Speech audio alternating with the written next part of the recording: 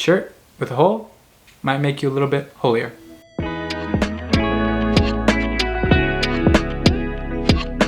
My wife thinks I should get rid of this shirt. It's got a hole in it. Actually, she's already had me get rid of like 2 or 3 shirts. Some of my favorite shirts. There's ones that I've had since college. I had one red one that was from a mission trip that I got my freshman year. It's comfort colors, is super comfortable. Another one I got rid of was, it said "He is able," and it's one that I wore not only at our first child's birth, but most recently at our second child's birth.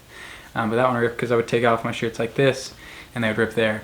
This one's ripping because it's a pocket, and my 2-year-old likes to stick her hand there and go like this. So anyways, she thinks I should get rid of these shirts. I've already got rid of a couple. She thinks I should get rid of this one, get a new one. What do you think? Should I get rid of the shirt? I think no. And I know she's well-intentioned, and she's really seeking to care for me. But the reason I say no is because I've recently just had this conviction of like, well, rather a reconviction that we really don't need as much as we say we need. And this thing of minimalism, and that's something that I can go on a whole tangent about. This thing of minimalism, it's huge, but also lately it's been baptized, if you will, into simplicity. And reading the book Habits for Holiness, which I've talked about a lot and will continue to talk about, just this idea of contentment. And what are we content with? It has this line that he says, we should be okay. It's part of their constitution. They should be okay with the minimum necessary, not the maximum allowed. So that's what I think when I'm specifically talking about, especially my wardrobe, but also just life and time in general. So when I'm looking at a shirt like this that has a hole in it, yeah, there's got to be a line where you can't wear it out in public at a certain point. When it's like shows your entire chest, it's probably time to get rid of it. But there's also has to be a balance. And I think that balance is found in the heart. And for me, I don't want to get rid of it because it's a hole. I don't care. People can look at it. It's pretty small. This one actually is getting kind of big. I'm probably trying to get rid of it soon. But for the most part, these holes aren't that big. They're not that noticeable. Yeah, I notice it, and yeah, my wife notices it, but that's because she's looking at me. Most people aren't looking at me. And I just think there's so many people on the streets that don't have any shirts. They have one shirt, the shirt on the back, maybe a couple more. And they are okay. They survive. They're not thriving, and that's something we could talk about at a different time. But they are surviving. And I think I can survive with a hole in my shirt. A story I read about, I don't know where, I don't know if it's true, St. Francis and all saints, they love to be attributed to saying and doing a lot of different things. And one of those things that I heard that St. Francis did was that he intentionally wouldn't patch up his habit that he was wearing so that people knew that he didn't have like extra warm clothing on when it was really cold outside. So Francis would see the brokenness, if you will. He would let people see that, hey, I'm not like, this isn't just a mask. Like, I have this habit on, and this is who I am. I preach simplicity. I live simplicity.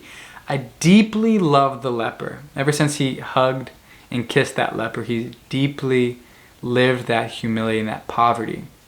And that's just something I'm trying to do in my life, is I'm trying to live that poverty out. Because no, I don't think that we're all necessarily called to sell our houses and go live on the streets. That's not the fullness of living. That's not what the Lord wants for us. But we can live that poverty in small ways. We can have shirts that have holes in it.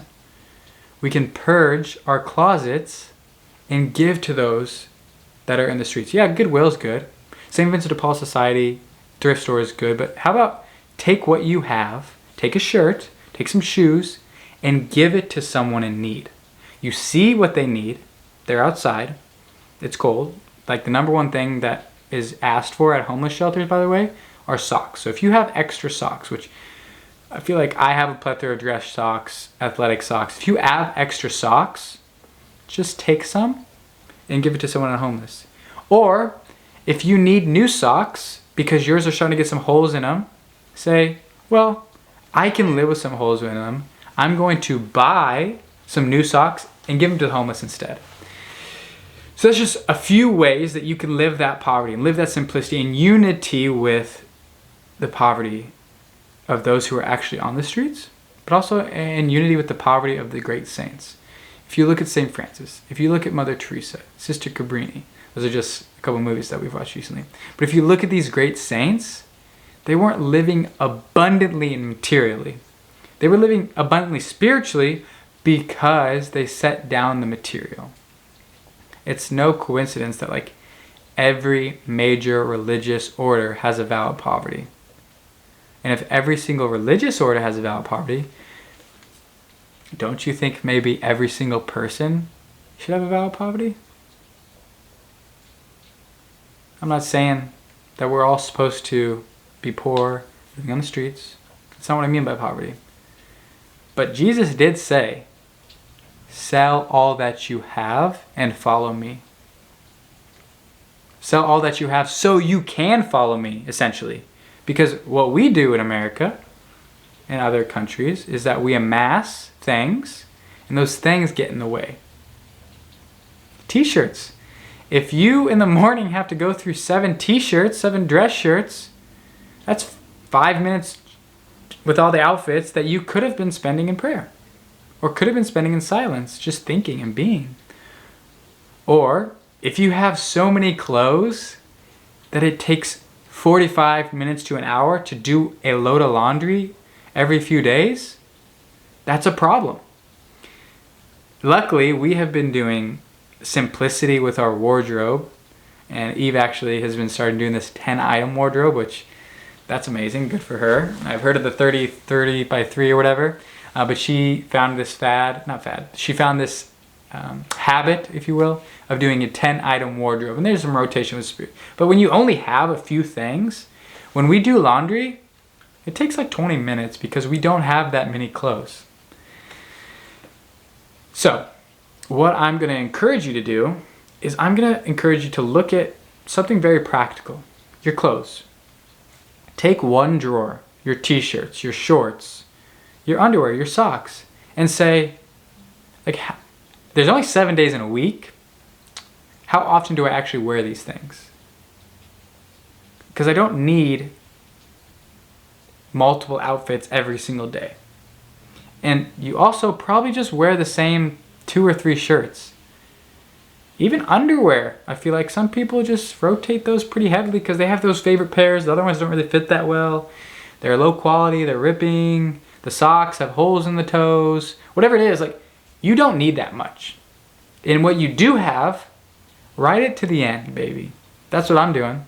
I'm going to ride it until Avila rips this pocket off, which will happen very soon. So that's what I'm going to leave you with. We don't need what we think we need. And people don't care. Like, when I go into public, people don't care about this hole.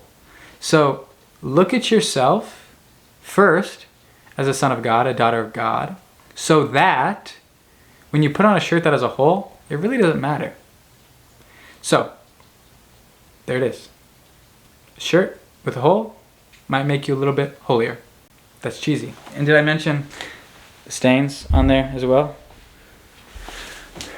Maybe I should get a new shirt.